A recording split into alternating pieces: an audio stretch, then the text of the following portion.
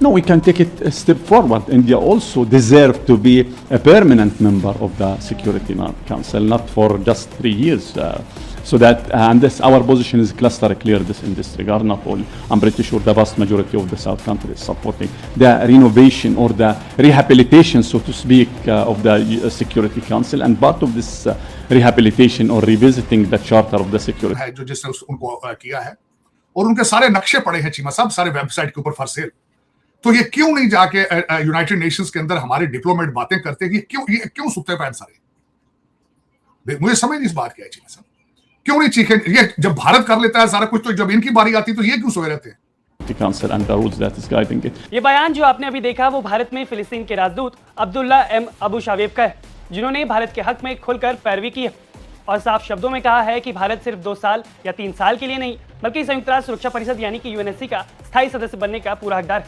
फिलिस्तीन की ओर से भारत के लिए ऐसे खुला समर्थन माना जा रहा है। जिस मुद्दे पर भारत पिछले कई दशकों से दुनिया के सामने अपनी दावेदारी रखता है, अब उस पर फिलिस्तीन ने खुलकर भारत का साथ दे दिया। ये बयान जो आपने अभी देखा वो भारत में फिलिस्तीन के राजदूत अब्दुल्ला एम अबू शावेब का है, जिन्होंने भारत के हक में खुलकर पैरवी की है और साफ शब्दों में कहा है कि भारत सिर्फ 2 साल या 3 साल के लिए नहीं, बल्कि संयुक्त राष्ट्र सुरक्षा परिषद यानी कि यूएनएससी का स्थायी सदस्य बनने का पूरा हकदार है। फिलिस्तीन की ओर से भारत के लिए ऐसे खुला समर्थन माना जा रहा है। जिस मुद्दे पर भारत पिछले कई दशकों से दुनिया के सामने अपनी दावेदारी रखता है, अब उस पर फिलिस्तीन ने खुलकर भारत का साथ दे दिया। जब ये आज़ाद हो गया इंडिया, तो उसके बाद बहरहाल एक कंटिन्यूअस जमहूरी तजर्बा है, देखना, और उसका एक ज़ाहिर पॉजिटिव बेनिफिट उनको मिला है सारी दुनिया में। मतलब देखना, इंडिया खुद कैसे अपने आप को ब्रांड करता रहा है कि हम लार्जेस्ट जमहूरियत हैं। उसकी पॉपुलर अपील तो थी ना वेस्टर्न वर्ल्ड में, मतलब डेमोक्रेटिक मुल्कों में वो कनेक्ट करते थे। हालांकि जियो पोलिटिकली इंडिया। जय हिंद दोस्तों, काफ़ी बड़ी अपडेट। और फ़िलिस्तीन, आपको पता है फ़िलिस्तीन में इजराइल और इन सब देशों की लड़ाई होती रहती है। हम उस केस में नहीं जाते कि वो क्या कर रहे हैं, कैसे कर रहे हैं, टेररिज्म क्या कहाँ नहीं, पर फ़िलिस्तीन के जो एम्बेसडर टू भारत हैं उन्होंने जी बड़ी अच्छी बातें की हैं और वाजिब बातें की। उन्होंने कहा भारत को यूएनएससी में स्थायी सदस्यता मिलनी चाहिए। इसलिए नहीं कह रहे हैं वो कि जी भारत उनका सपोर्ट करता है और भारत ने जो है यूएनएचआरसी में, यूएन में फ़िलिस्तीन का साथ दिया रादर देन इजराइल। नहीं, भारत जो है वो एक बहुत बड़ा डेमोक्रेसी है। भारत दुनिया के सभी शोबे में टॉप 4 में आता है। तो उन्होंने डायरेक्टली तो नहीं कहा कि यूके और ये फ्रांस, लेकिन उन्होंने कहा कुछ ऐसे देश जो रिलेवेंसी कम है, जो ग्लोबल जियोपॉलिटिक्स में, ग्लोबल ट्रेड में इतनी भूमिका नहीं निभाते हैं, उनको जो है यूएन में स्थायी सदस्यता से हटाया जा सकता है अगर यूएन चाहे। बट भारत को ऐड करना इज़ नेसेसिटी सो दैट कि यूएन की रेलेवेंसी बनी रहे। आप देखें, मतलब दुनिया के 206 देश हैं और 206 देशों में से तकरीबन 144 देशों ने पिछले 8 सालों में भारत के यूएन में स्थायी सदस्यता के लिए डायरेक्टली इनडायरेक्टली हामी भरी है, जिसमें से 45 देश ऐसे हैं जिन्होंने ओपनली इंक्लूडिंग फिलिस्तीन भारत के सपोर्ट में। अब जाहिर सी बात है, अजरबैजान, तुर्की, पाकिस्तान, चाइना, ये कुछ देश हैं जो नहीं चाहेंगे कि भारत को मिले स्थायी सदस्यता। बट अब ये डिसाइड यूएन को करना है, अदरवाइज यूएन मरता जा रहा है, कोई वैल्यू नहीं है यूएन की, लोग भी यूएन की बातें नहीं सुनते। यूएन कहता है वॉर रोको, ये करो, वो करो, कोई कहता है भाई तुम्हारी वैल्यू क्या है, अमेरिका के गुलाम हो तुम, जो अमेरिका कहेगा वही होगा यूएन में। सब हम बातें नहीं सुनते, ऑब्वियस सी बात। उधर रूस और चीन अलग हो जाते हैं, इधर अमेरिका यानी ये ब्लॉक अलग हो जाता है, थनी टना हो जाती है, खत्म बात। वेस्टर्न वर्ल्ड में, मतलब डेमोक्रेटिक मुल्कों में वो कनेक्ट करते थे। हालांकि जियो पोलिटिकली इंडिया करीब था रशिया के, मतलब सोवियत यूनियन के, लेकिन या नादरलैंड अपने आप को कहते थे, इफेक्टिवली करीब थे सोवियत यूनियन के। उनके पास वो पीस एंड फ्रेंडशिप एग्रीमेंट भी किया हुआ था, वेपन्स उधर से खरीद रहे थे, एक ऑलमोस्ट डिफेंस पैक्ट था। अच्छा, लेकिन जी वेस्ट के साथ भी कि जनाब हम तो लार्जेस्ट डेमोक्रेसी हैं इन द वर्ल्ड।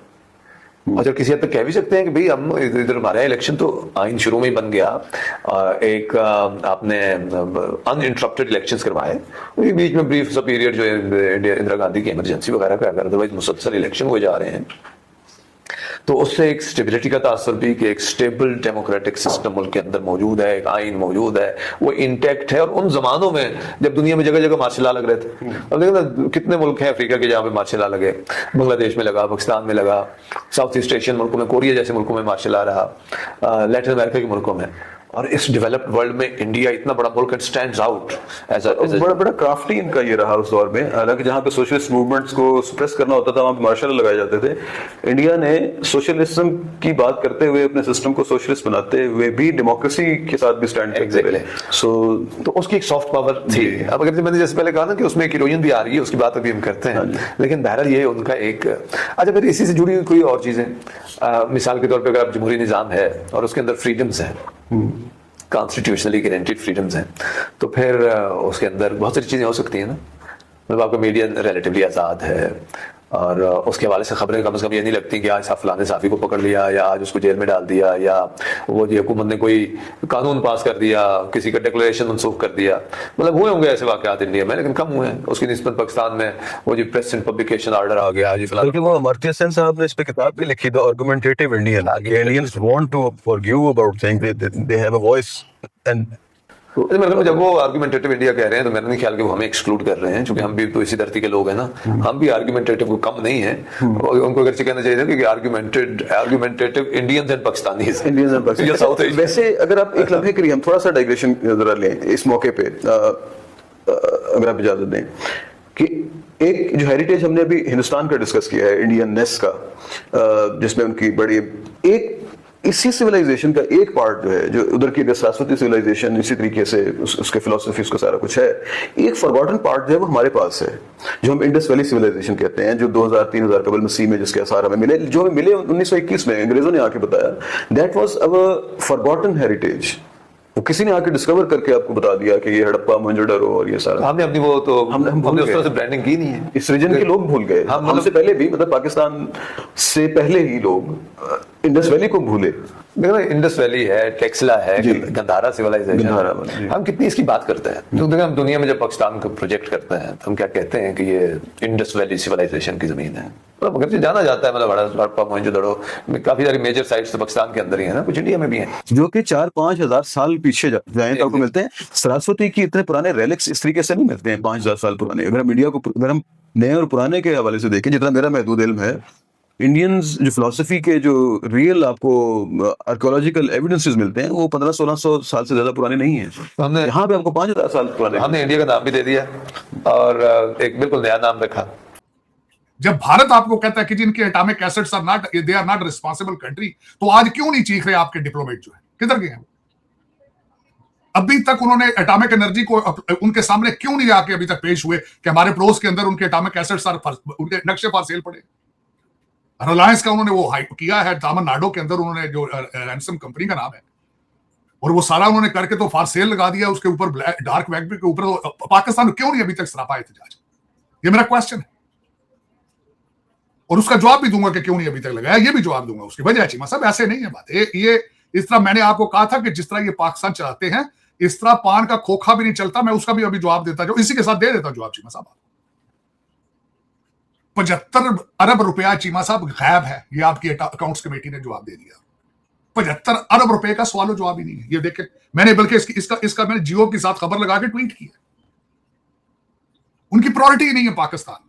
ये जो आपके ब्रिटिश एजेंट है ना चीमा साहब, ये जो पुर्तगाल भाग भाग के जा रहे हैं, कनाडा की सिटीजनशिपें ले रहे हैं, जिनको पता ही नहीं है कि मादरे मिल्लत माँ का, जिसका चेक लेते हैं चीमा साहब। मैंने एक डिप्लोमेट को मैंने ये कहा था, तू पीटीआई का एडा रिश्तेदार है, इस्तीफा देके तो एम्बेसी के बाहर खलो जाना तो झंडा लाया के पीटीआई का।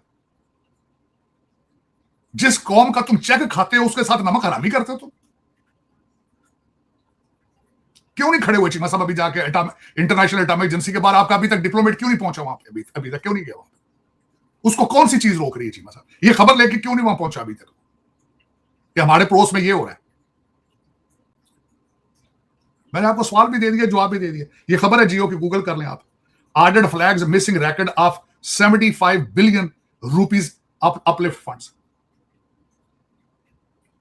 लै जाओ बेच के पुर्तगाल लै जाओ नाल, और चले उत्थे भी कब्रस्तान है जे, बंदे मरदे जे भी उत्थे फड़ के। कैनेडा च भी कब्रस्तान है जे, अमरीका च भी कब्रस्तान है जे। कितों ना फिर मौत भी जी ना, ये मोल ले लो, पैसे लभदी जे कितों टल जाओ तुसीं, आबे हयात भी ले लो कितों लभदा जे। चीमा साहब मैंने ट्वीट जो किया है चीमा साहब, आप सारे जल्जलों से बच जाएंगे। मैं चीखता रहा हूं चीमा साहब, आप कोविड से बच जाओगे। ये लानत करप्शन की, इससे नहीं बच पाओगे।